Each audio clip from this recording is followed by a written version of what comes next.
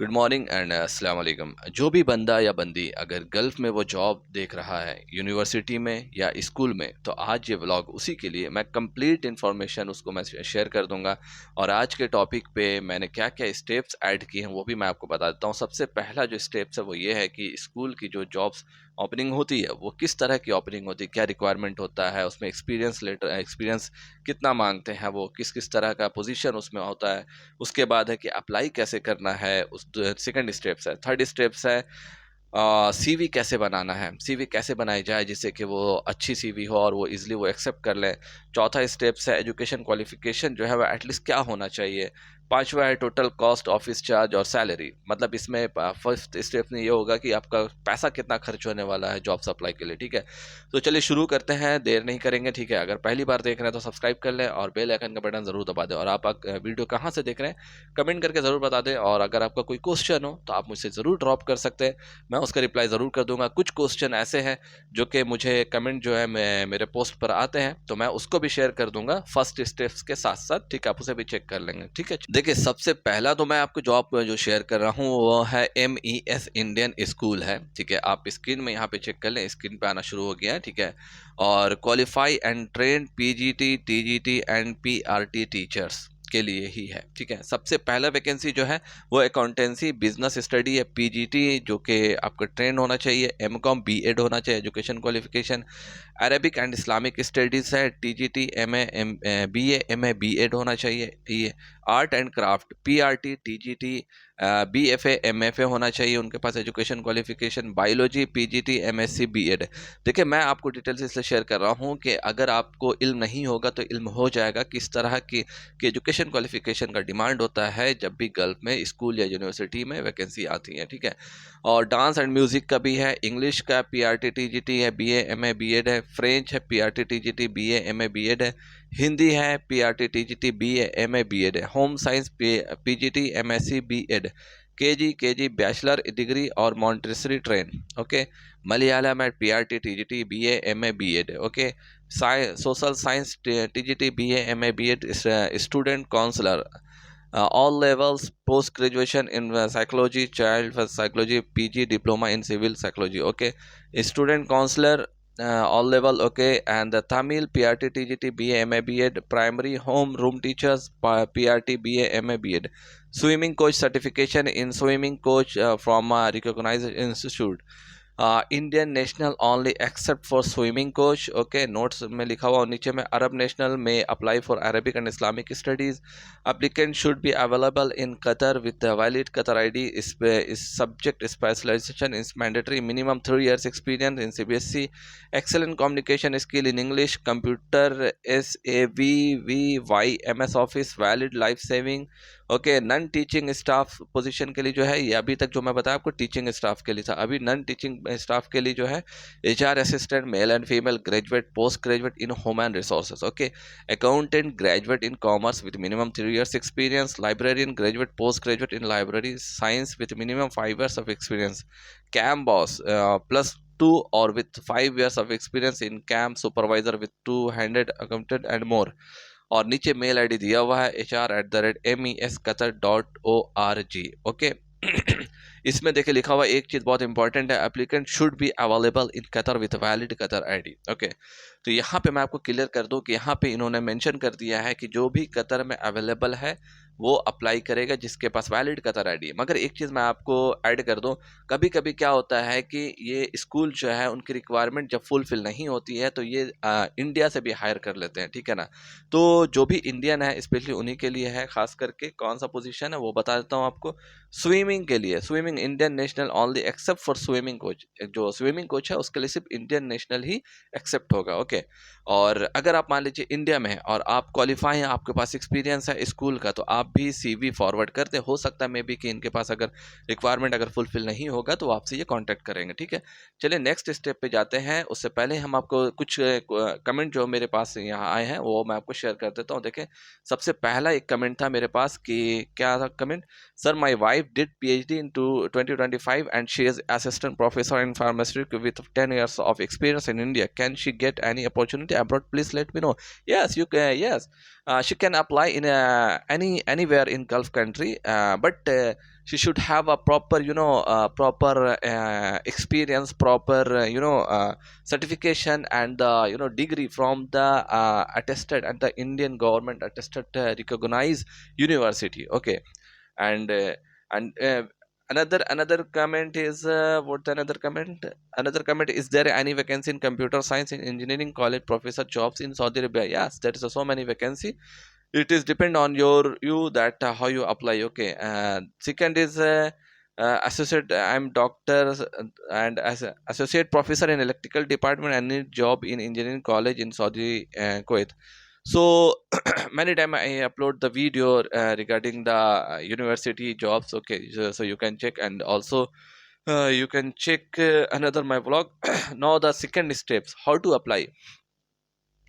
देखिए, अप्लाई करने का दो रास्ता है। ओके, तो फर्स्ट रास्ता था, पहला जो रास्ता था वो था आपका, मैंने अभी मैं ईमेल आईडी शेयर किया, उसके थ्रू कर सकते हैं, या आप कोई भी स्कूल या यूनिवर्सिटी के पोर्टल पे जाएं, वेबसाइट पे जाएं, वहाँ से ईमेल चेक करें, उसके बाद अप्लाई कर दें। सेकंड स्टेप ये होता है कि आप लिंक्डइन के थ्रू अप्लाई कर सकते हैं, या naukri.gulf.com में अगर आपकी प्रोफाइल है 100%, तो आप उसके थ्रू भी अप्लाई कर सकते हैं। एक और इसमें होता यह है कि मुंबई बेस्ड में जो भी जेन्युइन कंसल्टेंसी है, आप उसके थ्रू भी अप्लाई कर सकते हैं। ठीक है, ये कुछ नाम है मुंबई बेस्ड का। ठीक है, आप उसे चेक कर सकते हैं, मुंबई बेस्ड कंसल्टेंसी का। इसमें अगर वैकेंसी आती होगी, आप कांटेक्ट कर सकते हैं, इसके थ्रू भी अप्लाई कर सकते हैं। ठीक है, आपका naukri.gulf.com में 100% प्रोफाइल अपडेट होना चाहिए। डेली रात में आपको 10-11 बजे सोने से पहले आपको उसे अपडेट कर लेना है। ठीक है, जिससे कि सीवी आपकी ऊपर हो जाएगी। सीवी कैसे बनाए, तीसरा स्टेप है। सीवी में देखिए बहुत सारे गलती क्या करते हैं ना, कि सीवी जो कि मतलब प्रोफेशनल होते हैं ना, जो कि बीटेक या एमटेक या पीएचडी होल्डर होते हैं, वो सीवी सिर्फ एक पेज का बनाते हैं।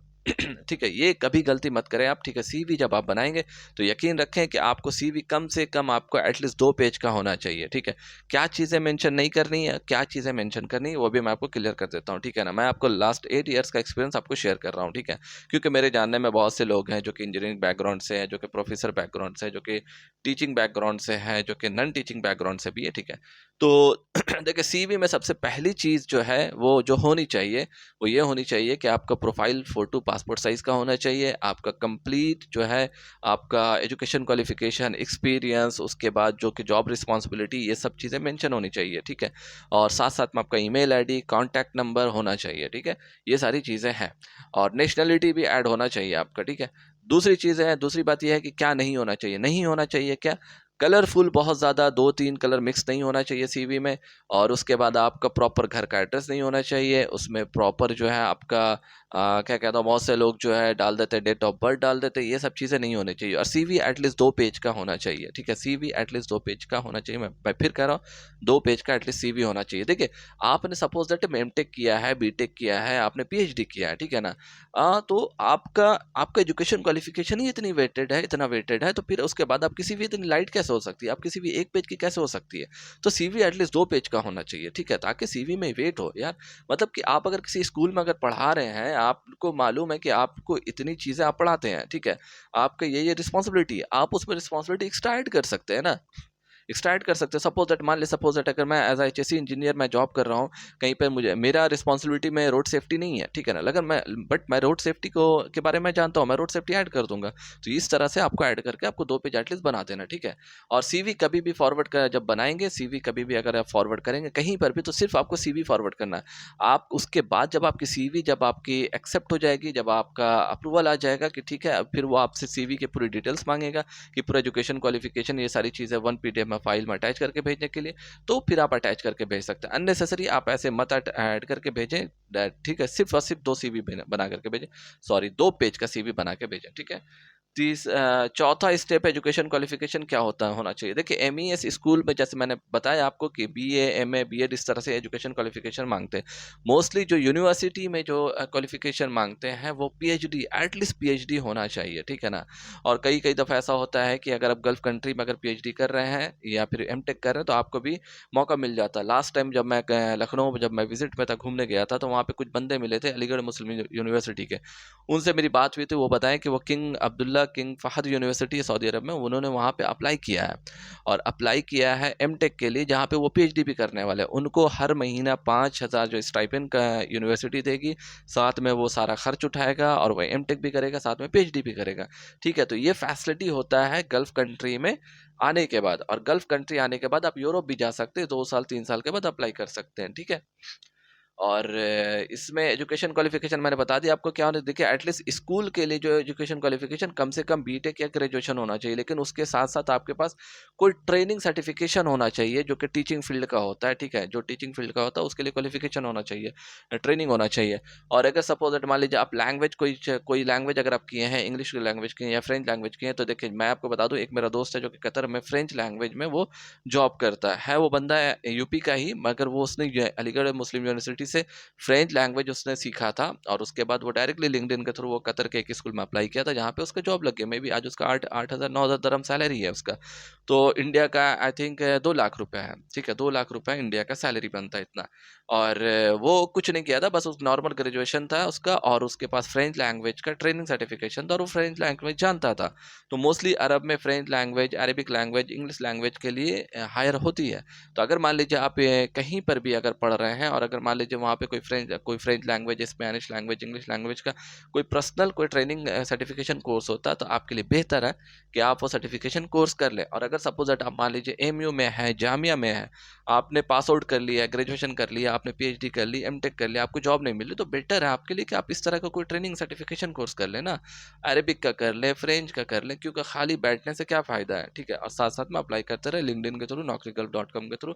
और अगर कोई आपके इस तरह मेरी तरह कोई अगर आपके जानने वाले कोई कांटेक्ट में है जो वो गल्फ में है, एक्सपीरियंस होल्डर, तो आप उससे भी सजेशन ले सकते हैं, आपको वो गाइड कर देंगे। ठीक है, चले at the final total cost office charge and the salary. ठीक है, तो मैं इस पर बात कर लेता हूँ कि इसमें टोटल कॉस्ट ऑफिस चार्ज क्या होता है। देखिए, अगर आप ऑफिस के थ्रू कोई अप्लाई करते हैं, मुंबई बेस्ड हो, दिल्ली बेस्ड, कोई जेन्युइन ऑफिस के थ्रू करते हैं, तो अप्रॉक्सीमेटली मान लीजिए आपका 60-70,000 कहीं नहीं लगेगा। ठीक है ना, इतना खर्च नहीं होता, मगर क्या है कि ऑफिस जो है वो अपना चार्ज लेती है, डॉक्यूमेंट्स का चार्ज लेती है, फिर एयर टिकट का, फ्लाइट टिकट का चार्ज लेती है, तो इतना बन जाता है। और सैलरी कितना होता है, और हाँ एक चीज़ बता दूं आपको कि अगर आप डायरेक्टली अप्लाई करेंगे स्कूल में, यूनिवर्सिटी में, और अगर वो आपको हायर करते डायरेक्टली, तो आपका खर्च ज़्यादा नहीं होगा, सिर्फ आपका खर्च मेडिकल में होगा, और सारा कुछ वो खर्च उठाएगी, फ्लाइट का सारा कुछ का खर्च वो पैसा आपको पे करेगी।